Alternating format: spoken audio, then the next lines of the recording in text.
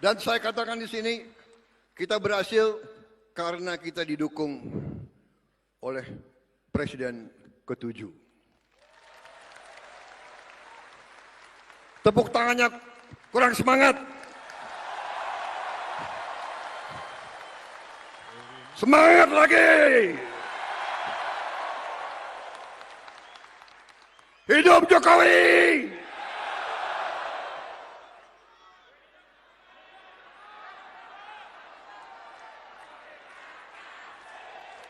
Terima kasih, terima kasih, terima kasih, terima kasih, Pak Jokowi, Pak Jokowi. Terima kasih, terima kasih, terima kasih, terima kasih, Pak Jokowi. Terima kasih. Kasus pagar laut di Tangerang merembet ke proyek strategis nasional PIK 2. Sejumlah tokoh nasional melapor ke KPK dengan tuduhan ada dugaan korupsi dan kerugian negara. Mantan Ketua KPK Abraham Samad mendorong KPK memeriksa semua pihak yang diduga terlibat baik dari pihak swasta maupun penyelenggara negara dari tingkat bawah hingga atas. Nama Bos Agung Sedayu Group, Sugianto Kusuma alias Aguan, dan Presiden ke-7 Republik Indonesia, Joko Widodo, ikut masuk dalam laporan. Kuat dugaan telah terjadi tindak pidana korupsi di dalam penetapannya sebagai proyek strategis nasional. Kemudian juga kita melaporkan tentang ada dugaan kuat terjadi suap menyuap gratifikasi di dalam penerbitan sesuai dengan undang-undang. Maka selain penyelenggara negara, pihak swasta juga aguan bisa diperiksa. Penyelenggara negara itu siapa? Mulai dari kementerian sampai aparat tingkat bawah, kabupaten, provinsi, maupun sampai yang paling di atas. Jadi semua kita minta diperiksa. Sebelumnya, Menteri ATR BPN Nusron Wahid menyebut ada 8 oknum pejabat BPN Tangerang yang disangsi karena menerbitkan sertifikat di Laut Tangerang, Banten. 6 orang diantaranya dicopot. Sertifikat di kawasan pagar laut Tangerang dimiliki sejumlah perusahaan, diantaranya 234 sertifikat hak guna bangunan milik PT Intan Agung Makmur, 20 bidang milik PT Cahaya Inti Sentosa, dan 9 bidang atas nama perorangan. Sedangkan sertifikat hak milik berjumlah 17 bidang. Dalam keterangan yang disampaikan saat rapat, Menteri ATR mengaku sudah membatalkan 50 sertifikat, diantaranya 38 hak guna bangunan dan 12 sertifikat hak milik. Menteri Nusron mengklaim jumlah ini kemungkinan akan bertambah.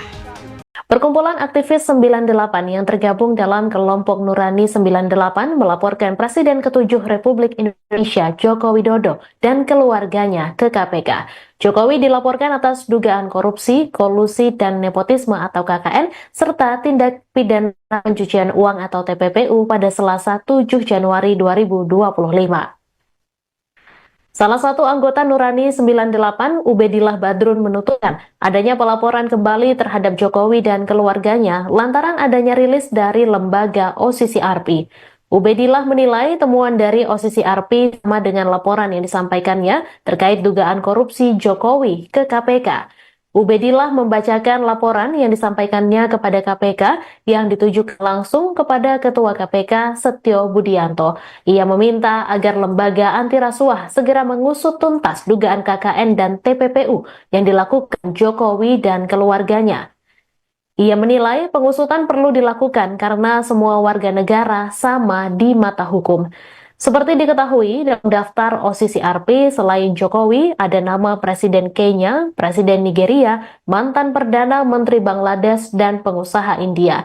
Daftar list ini ada setelah OCCRP meminta nominasi dari para pembaca, jurnalis, juri, dan pihak lain dalam jaringan global organisasi. Assalamualaikum warahmatullahi wabarakatuh. Sahabat BN, beranjak dari tayangan yang kita saksikan barusan, kita melihat sangat tidak masuk akal kalau Prabowo tidak akan membela Jokowi dalam sisi apapun, terutama dari sisi hukum.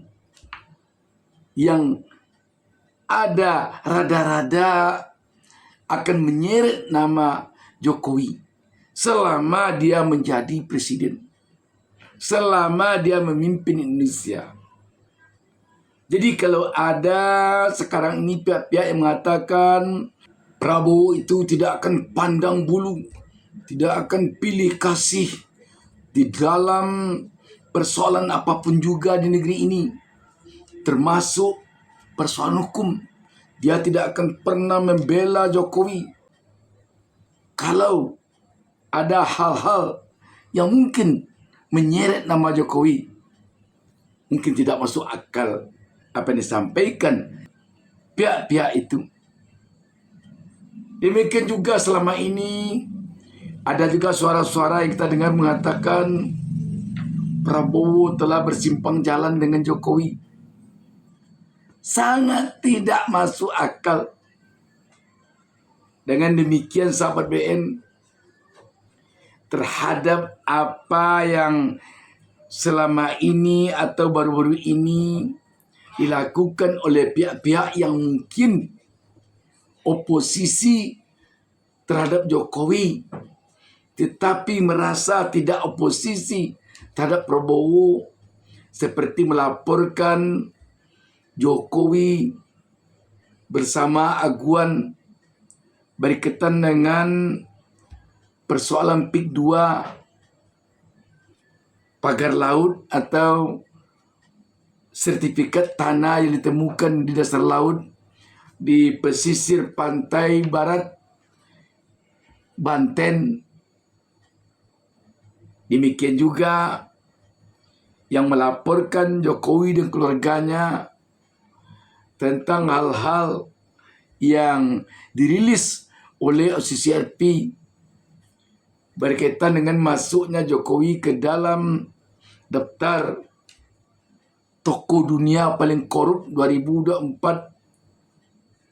Jika melihat apa yang terjadi pada acara Gerindra kemarin ini, agaknya pihak-pihak ini akan lesu darah melihat apa yang terjadi pada acara Gerindra yang kita tayangkan di awal tadi. Di sini sama dengan Jokowi mengatakan kepada seluruh warga Indonesia, terutama warga negara Indonesia yang selama ini merasa berseberangan dengan Joko Widodo, yang tidak senang atau tidak puas dengan kepemimpinan Joko Widodo selama 10 tahun dia memimpin Indonesia. Prabowo di sini tampaknya ingin menjelaskan kepada mereka itu bahwa saya ini adalah orangnya Jokowi. Anda jangan coba-coba mengatakan saya ini akan pernah berpisah dengan Jokowi. Anda jangan coba-coba mengatakan bahwa saya ini tidak akan membela Jokowi. Itu kelihatannya yang ingin disampaikan pesan oleh Prabowo. Ketika kita melihat tayangan awal pada pertemuan kita ini tadi. Dan ini tentu masuk akal karena Prabowo ini kelihatannya benar-benar merasa bahwa dia itu tidak akan bisa jadi presiden tanpa pertolongan Jokowi pada Pilpres 2024. Mungkin saja Prabowo merasa lebih besar andil Jokowi untuk memenangkan dia menjadi presiden dibandingkan andil dia sendiri. Sebab pada Pilpres kemarin ini Jokowi jadi presiden.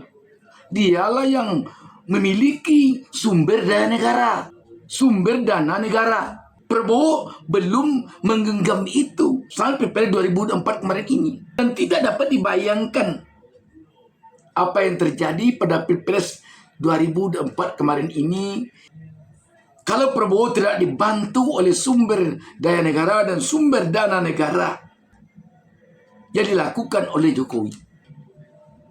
Jadi inilah yang menyebabkan Jokowi ingin menyampaikan kepada seluruh warga negara Indonesia, terutama warga negara Indonesia yang berseberangan dengan Jokowi, yang merasa tersakiti oleh kebijakan-kebijakan Jokowi selama dia menjadi presiden kepala negara 10 tahun kemarin ini.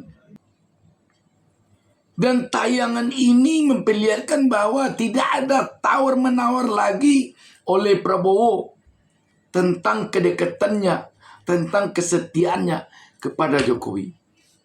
Karena itu, pihak-pihak yang kritis selama ini kepada Jokowi,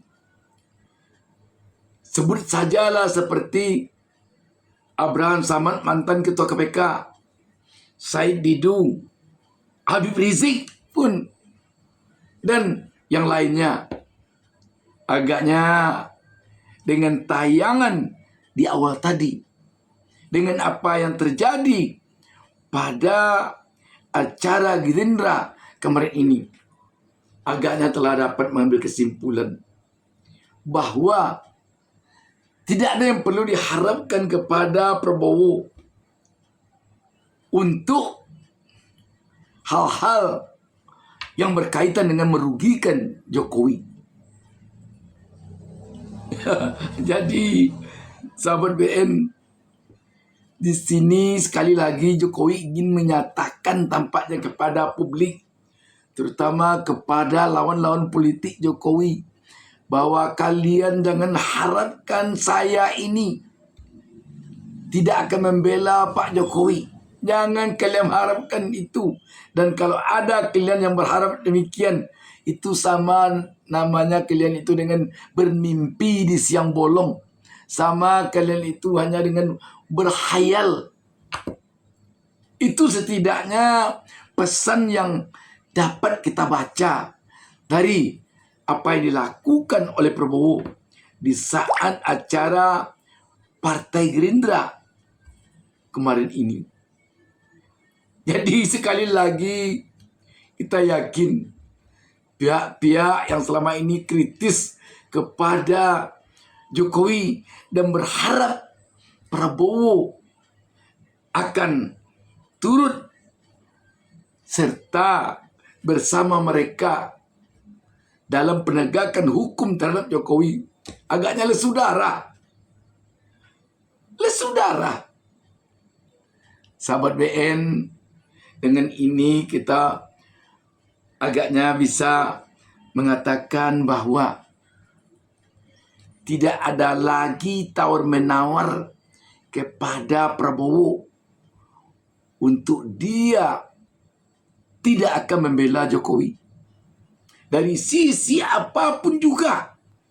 Namun terlepas dari semua ini, sahabat BN, bagi rakyat tampaknya sekarang ini yang penting ada harapan kesejahteraan bagi rakyat. Ada harapan rakyat akan terlepas dari belenggu tekanan kemiskinan yang selama ini telah menghimpit mereka, yang dikarenakan oleh tidak stabilnya harga kebutuhan pokok, PHK yang menjadi-jadi, sulitnya lapangan kerja, rendahnya daya beli masyarakat, amburadulnya masalah demokrasi dan hukum. Setidaknya itulah agaknya sekarang lagi harapan rakyat. Kalau bisa, kalau tidak bisa ya apa boleh buat. Yang namanya rakyat tidak ada daya dan upayanya untuk merubah nasibnya tanpa keinginan dari penguasa untuk merubah nasib rakyatnya. Demikian sahabat BN, wassalamualaikum warahmatullahi wabarakatuh.